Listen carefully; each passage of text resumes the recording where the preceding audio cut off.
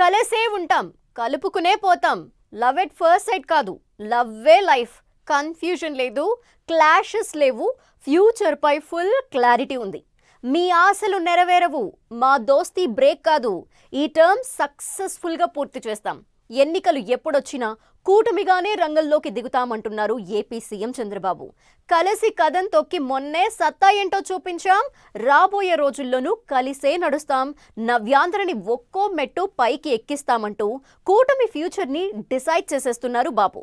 కలకాలం కూటమిగానే ఉంటాం, అడుగులో అడుగు వేసి నడుస్తామంటున్నారు. కూటమి ఫ్యూచర్ పై బాబుకు అంత భరోసా ఎలా వచ్చింది? లాంగ్ టర్మ్ వ్యూహంలో భాగంగానే లాంగ్ లివ్ కూటమి అంటున్నారా?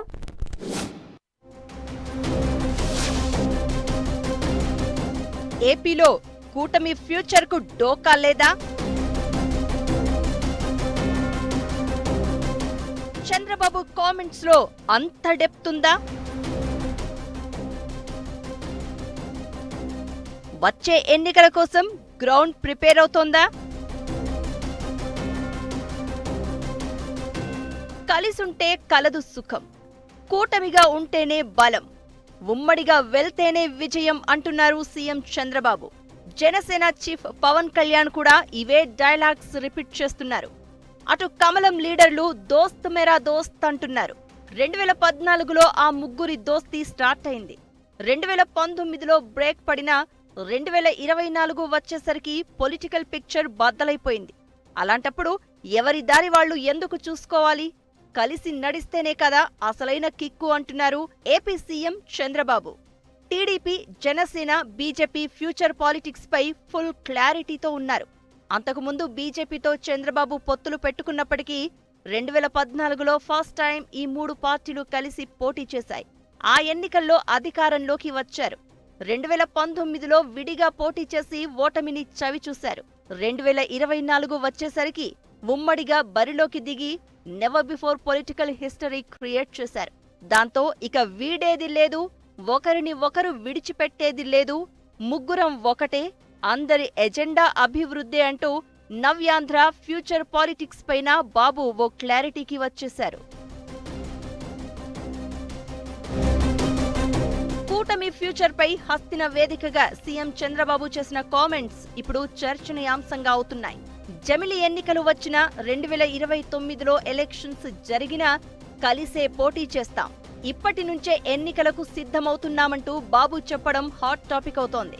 కూటమిలో ఎలాంటి సమస్యలు లేవని, కలిసికట్టుగా ముందుకు సాగుతున్నామని చంద్రబాబు స్పష్టం చేశారు.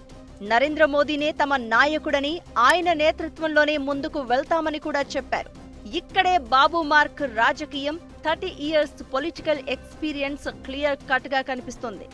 మొన్నటి ఎన్నికల్లో బీజేపీ, జనసేనతో కలిసి పోటీ చేసిన టీడీపీకి అధికారానికి కావలసినన్ని సీట్లు వచ్చాయి. 135 ఎమ్మెల్యేలు, 16 ఎంపీలు గెలుచుకుంది టీడీపీ.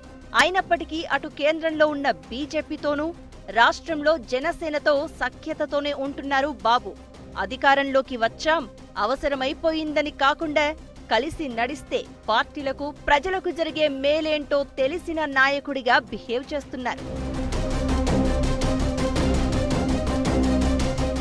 ఏపీలో టీడీపీ ఓట్ బ్యాంకుకు ఎప్పుడూ ఢోకా లేదు.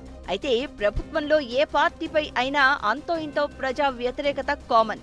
డిసైడింగ్ ఫ్యాక్టర్ గా ఉండే ఆ ఓట్ షేర్ మీదే పార్టీల గెలుపోటములు డిపెండ్ అయి ఉంటాయి. అందుకే ఇప్పుడు bumper majority, full load strength తో ఉన్న లాంగ్ లీవ్ కూటమి అంటున్నారు బాబు. రాష్ట్రంలో జనసేన, బీజేపీ కంటే టీడీపీ ఓట్ బ్యాంకే ఎక్కువ. ఆ పార్టీనే బూత్ స్థాయి వరకు చాలా స్ట్రాంగ్ గా ఉంది. అంత పటిష్టంగా ఉన్న పార్టీని లీడ్ చేస్తున్న అధినేతే కూటమి కంటిన్యూ అవుతుందని చెప్పడం దూరదృష్టికి ఎగ్జాంపుల్ గా చెప్తున్నారు పొలిటికల్ ఎనలిస్టులు. ఒక్కరోజు కోసం కాదు, ఈ టర్మ్ కోసం అసలే కాదు, భవిష్యత్ ప్రణాళికతో బాబు ఉన్నట్లు స్పష్టంగా కనిపిస్తోందంటున్నారు. బాబు టీడీపీకి సారథ్యం వహించినప్పటి నుంచి బీజేపీతోనే ఎక్కువసార్లు కలిసి పోటీ చేశారు. 2014 నుంచి జనసేనతో దోస్తీ మొదలు పెట్టారు. క్యాస్ట్ ఈక్వేషన్లు, పార్టీ సిద్ధాంతాల పరంగా చూస్తే బీజేపీ, జనసేనకు ఏపీలో చెప్పుకోదగ్గ ఓట్ బ్యాంకే ఉంది. అది తోడైతే విజయం ఈజీ అవుతుంది. ఇదే బాబు లాజిక్ అని పొలిటికల్ ఎనలిస్టులు చెప్తున్నారు.